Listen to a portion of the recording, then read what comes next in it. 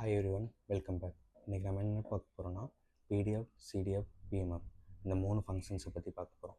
இது நெக்ஸ்ட் வர போகிற ப்ராபபிலிட்டி டிஸ்ட்ரிபியூஷன் ஃபங்க்ஷனுக்கு ரொம்ப important. So PMF means probability mass function. Probability mass ஃபங்க்ஷன்னா டிஸ்க்ரீட் ரேண்டம் வேரியபிள்.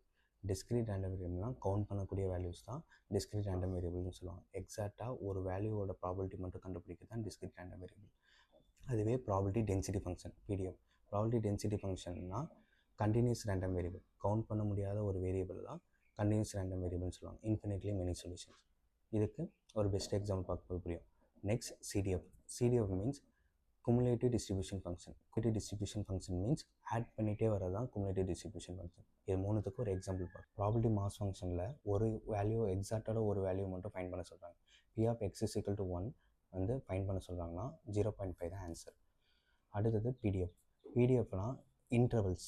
எப்படின்னா இன்டர்வல் மாதிரி ஏதாவது வந்துச்சுன்னா பிடிஎஃப் டேரெக்டாக கண்டுபிடிச்சிடலாம்.